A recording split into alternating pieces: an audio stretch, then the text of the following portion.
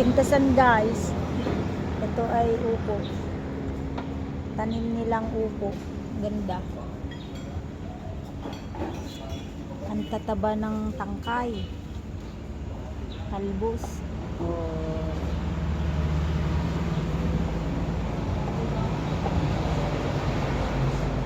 Dito tayo sa Tagudin, Ilocos Sur.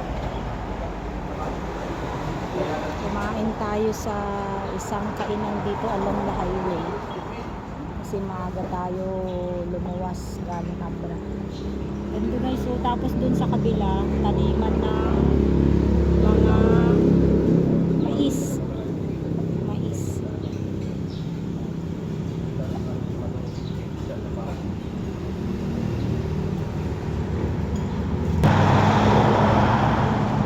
Dito tayo nag-stop over sa Aloy's Eatery. Aloy's Eatery, lutong bahay, kambingan, sinanglawan sa Bangar. Bangar, Ilocos Sur. Ganda guys, ang ganda ng ambience. Oh, pagpasok mo dito, malinis. Oh, pagpasok mo, malinis. Tapos mag-order ka doon. Tapos saka mo bala. Ayan.